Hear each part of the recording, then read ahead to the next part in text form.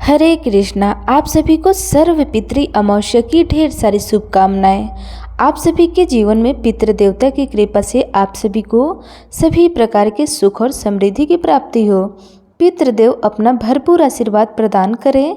पितृ अमावस्या जो कि हर वर्ष अश्विनी माह की अमावस्या तिथि को पितृ अमावस्या या सर्वपितृ अमावस्या के रूप में मनाया जाता है। इस दिन अपने पितरों के निमित्त विशेष प्रकार से श्राद्ध, तर्पण आदि का कार्य करने से पितृ देवता अति प्रसन्न होते हैं और पितृदोष आदि से भी शांति की प्राप्ति होती है। पितृदोष का प्रभाव कम होता है। हिंदू धर्म में हर तिथि का, हर पक्ष का अपना अपना विशेष महत्व माना जाता है। इसी प्रकार से अमावस्या तिथि का अपना विशेष महत्व होता है। अमावस्या तिथि के दिन इस दिन गंगा स्नान करना, दान पुण्य का कार्य करना, ब्राह्मणों को भोजन कराना, ब्राह्मणों को दान और दक्षिणा देना, गरीबों को भोजन कराना, अपने पितरों के निमित्त अन्य वस्त्र आदि प्रदान करना, यह सब बड़ा ही पुण्यप्रद माना जाता है। खासकर अश्विनी अमावस्या तिथि का बड़ा विशेष महत्व होता है। अश्विनी अमावस्या जिसे कि सर्वपितृ अमावस्या के रूप में मनाया जाता है। श्राद्ध पक्ष के दौरान जो कि पितृपक्ष भाद्रपद पूर्णिमा तिथि से लेकर के अश्विनी अमावस्या तिथि तक यह 16 दिनों जो कि श्राद्ध पक्षों का त्यौहार होता है। इन 16 दिनों के दौरान जो कि पितृदेव पृथ्वी पर आते हैं, जब वह पृथ्वी पर आते हैं तो उनके निमित्त जो भी अपने पितरों के लिए दान पुण्य का कार्य करते हैं, इससे पितृदेव तृप्त होकर के जो कि सर्वपितृ अमावस्या तिथि को पितृ विसर्जन के रूप में जाना जाता है और फिर यह अमावस्या तिथि को अपने लोग चले जाते हैं। जो भी भूले भटके हुए जिनके पितरों की तिथि मालूम ना हो, किसी तिथि को उनका मृत्यु हुआ था, तो वह खास करके सर्वपितृ अमावस्या तिथि के दिन अगर पितरों के निर्मित श्राद्ध आदि का कार्य करते हैं, तर्पण आदि का कार्य करते हैं, इससे पितृदेव अति प्रसन्न हो जाते हैं और प्रसन्न होकर के अपने पुत्र पितरों पर अपना आशीर्वाद रूपी अमृत की वर्षा करते हैं। इस दिन अपने पितरों के निमित्त जहाँ तक हो सके शुद्ध और सात्विकता के साथ शुद्ध भोजन बनाना चाहिए, जिसमें कि प्याज लहसुन का प्रयोग बिल्कुल भी नहीं किया जाता है। इस दिन अमावस्या तिथि के दिन तामसिक वस्तुओं का बिल्कुल भी प्रयोग नहीं करना चाहिए। खास करके अमावस्या तिथि के दिन सूर्य और चंद्रमा जो कि एक ही राशि में गोचर करते हैं और अमावस्या तिथि के दिन जो कि नकारात्मक ऊर्जा का प्रभाव ज़्यादा होता है, इस कारण से इस दिन किसी के ऊपर क्रोध नहीं करना चाहिए। इस दिन तामसिक वस्तुओं का बिल्कुल भी प्रयोग नहीं करना चाहिए। सात्विक का पालन करते हुए जहाँ तक हो सके धर्म का आचरण करते हुए रहना चाहिए और अपने पितरों के निर्मित आवश्यकता की आपसे जो भी बन सके अपने सामर्थ्य के अनुसार अन्य वस्त्र जो भी आपके बन सके उनके निमित्त आवश्यकता ही दान करनी चाहिए। गरीबों को भोजन कराना चाहिए, ब्राह्मणों को भोजन कराना चाहिए। इससे पितृदेव अति प्रसन्न होते हैं। तो आइए सुनते हैं सर्वपितृ अमावस्या की कथा। अगर आप सर्वपितृ अमावस्या पर अपने पितरों के निमित्त अन्नदान, वस्त्रदान आदि के लिए ब्राह्मण दक्षिणा देते हैं तो ये आपके लिए सबसे ज़्यादा फलदायी माना जाता है।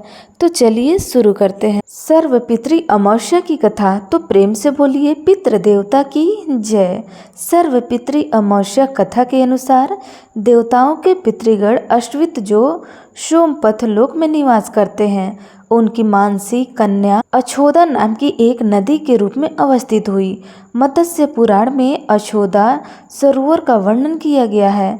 बहुत समय पहले की बात है, एक बार अछोदा ने 1000 वर्ष तक तपस्या की, जिससे कि प्रसन्न होकर के देवताओं के पितृगण अग्निश्वाद और बृहस्पति अपने अन्य पितृगण अमावसु के साथ अछोदा को वरदान देने के लिए अश्विन अमावस्या तिथि के दिन उपस्थित हुए।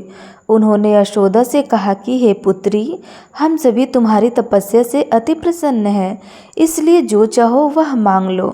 लेकिन यशोदा ने अपने पितरों की तरफ ध्यान नहीं दिया और वह अति तेजस्वी पितृ अमावसु को अपलक निहारती रही। पितरों के बार बार कहने पर उसने कहा कि हे भगवान, हे देव, क्या आप मुझे सचमुच वरदान देना चाहते हैं? इस पर तेजस्वी पितृ अमावस्या ने कहा कि हे यशोदा, वरदान पर तुम्हारा अधिकार सिद्ध है, इसलिए निसंकोच कहो। यशोदा ने कहा कि भगवान, यदि आप मुझे वरदान देना ही चाहते हैं तो मैं तत्क्षण आपके साथ रमण कर आनंद लेना चाहती हूँ। यशोदा के इस तरह कहे जाने पर सर्वपितृ अत्यंत ही क्रोधित हो गए और उन्होंने यशोदा को श्राप दे डाला कि वह पितृलोक से पतित होकर पृथ्वी लोक पर जाएंगी। पितरों के इस तरह श्राप दिए जाने पर यशोदा पितरों के पैरों में गिड़गिड़ाकर रोने लगी। इस पर पितरों को दया आ गई। उन्होंने कहा कि यशोदा, तुम पतित योनि में श्राप मिलने के कारण मत्स्य कन्या के रूप में जन्म लोगी। पितरों ने आगे कहा कि भगवान ब्रह्मा के वंशज महर्षि पराशर तुम्हें पति रूप में प्राप्त होंगे। तुम्हारे गर्भ से भगवान व्यास जन्म लेंगे। इसके उपरांत भी अन्य दिव्य वंशों में जन्म लेते हुए तुम श्राप मुक्त होकर पुनः पितृलोक वापस आ जाओगी। पितरों के इस तरह कहे जाने पर यशोदा शांत हुई।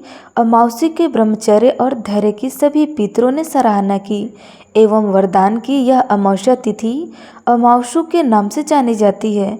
जो प्राणी किसी भी दिन श्राद्ध न कर पाए वह केवल अमावस्या तिथि के दिन श्राद्ध तर्पण करके सभी बीते 14 दिनों का पुण्य इस सर्वपितृ अमावस्या को प्राप्त कर सकता है और अपने पितरों को तृप्त कर सकता है। तभी से प्रत्येक माह की अमावस्या तिथि को सर्वपितृ महत्व दिया जाता है और यह तिथि जो कि सर्वपितृ श्राद्ध के रूप में मनाई जाती है, उसी पाप के प्रायश्चित हेतु कालांतर में यही यशोदा महर्षि पराशर की पत्नी एवं वेद व्यास की माता सत्यवती बनी।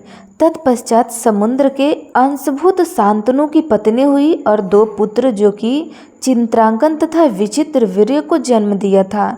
इन्हीं के नाम से कलयुग में अष्टांग श्राद्ध भी मनाया जाता है। इसी प्रकार से जो भी सर्वपितृ अमावस्या तिथि के दिन अपने पितरों के निमित्त दान तर्पण श्राद्ध आदि का कार्य करते हैं, इससे पितृ देवता का आशीर्वाद प्राप्त होता है। सर्वपितृ अमावस्या तिथि के दिन चाहिए कि इस दिन सुबह उठ करके नित्य क्रियाओं से निर्वृत्त होके इस दिन गंगा नदी में स्नान करना चाहिए। अगर गंगा नदी में स्नान ना कर पाए तो कम से कम घर के नहाने के पानी में थोड़ा सा गंगा जल डाल के स्नान कर लें, शुद्ध वस्त्र धारण कर लें। इसके बाद फिर भगवान सूर्यदेव को अर्घ्य प्रदान करना चाहिए।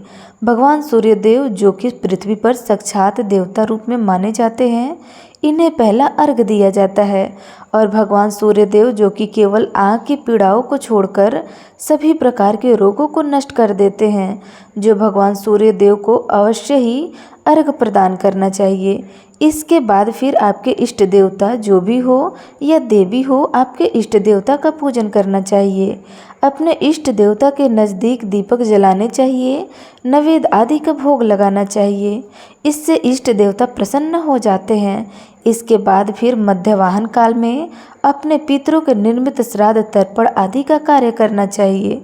ब्राह्मणों को भोजन कराना चाहिए, ब्राह्मणों को दान और दक्षिणा देनी चाहिए, गरीबों को भोजन कराने चाहिए।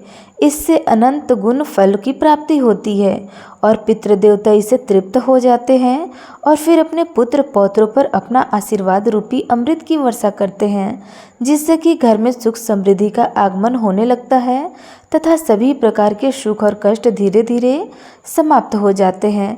सर्वपितृ अमावस्या के दिन चाहिए कि इस दिन नदी, तालाब, बावरी, कुआं आदि के पास दीपक जलाने चाहिए। पीपल वृक्ष के नीचे दीपक जलाना चाहिए। पीपल वृक्ष में इस दिन अपने पितरों को प्रसन्न करने के लिए कच्चे दूध या जल में आप शक्कर डाल के अपने पितरों को निमित्त चढ़ाते हैं तो इससे पितृदेवता का आशीर्वाद प्राप्त होता है। सर्वपितृ अमावस्या तिथि के दिन इस दिन भूलकर भी तामसिक वस्तुओं का प्रयोग नहीं करना चाहिए।